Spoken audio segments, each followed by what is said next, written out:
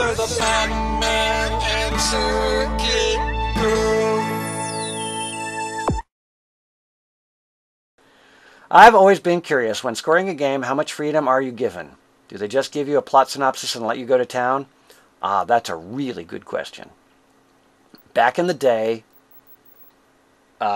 pretty much yes.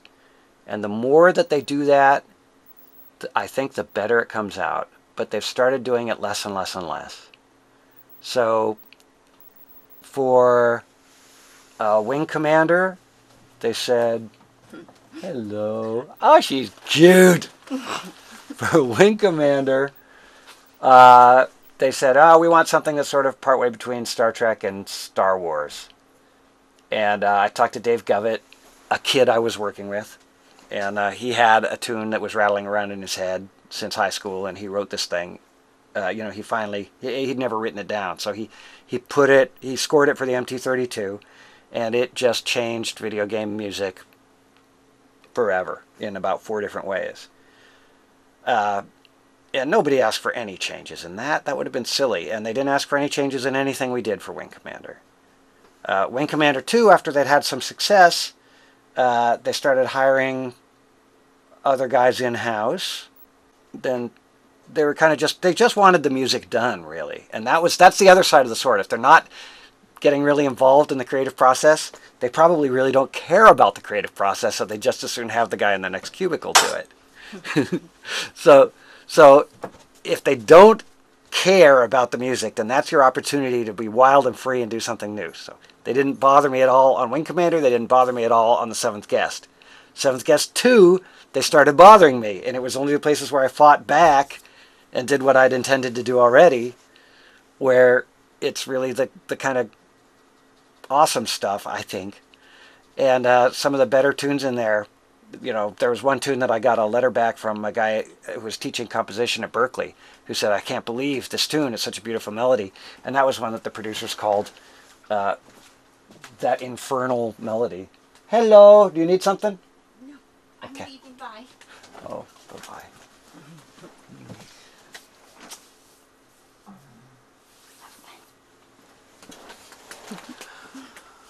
And that was the infernal melody, and then it gets to the point where I'm working on a project now where they said, yeah, give us the sketches, and I said, okay, I trust you, I'm giving you the very, very raw sketches, and they got, but understand they're sketches, I'm just giving you the raw idea. Oh, that's great.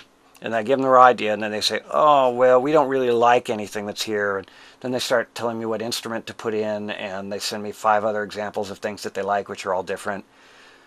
And it just turns into an impossible situation to create in, because instead of spending the time composing, I'm spending the time dutifully incorporating the ideas that each of the people on the committee had, even though I don't hear it.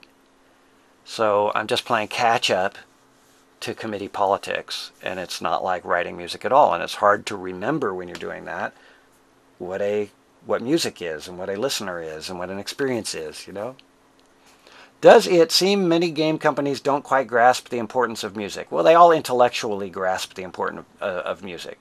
They all understand that it's important. But the part that they don't grasp is what creativity is, and how you nurture it. There are a couple of enclaves here and there where you see your really beautiful games are coming out of, where a producer is free to pursue his vision, and in the best cases, that producer finds somebody that he really likes their work in art, in music, in whatever. And this is how they did it in the NASA program too, in the space program. You find an expert who's really good at what he does, and you turn him loose. And then when you feed back to him, you say, that was great. I can't believe you did that. Is there a way you can do it this way too, because you're so amazing? And the guy will say, well, you have challenged me, and I can do it. But you don't look at your shoes and go, I don't like anything. That's not what I was picturing. See, that's where they lose it, is that they think that they can control it And also they think that they have to be music producers and that they have to get involved in something that they don't really know anything about. Bottom line is, video games are, if there are artists involved, video games are art. Even if there aren't artists involved, video games are at least entertainment. And in order to do entertainment, you have to be surprising and unpredictable and interesting. And you can't be those things if a committee is trying to feed you a formula. And that's the main thing that I would like to say. There, did I say it? Yes, I did. And remember, kids, computers are like guns. Don't use one unless you absolutely have to or it's really fun. All right.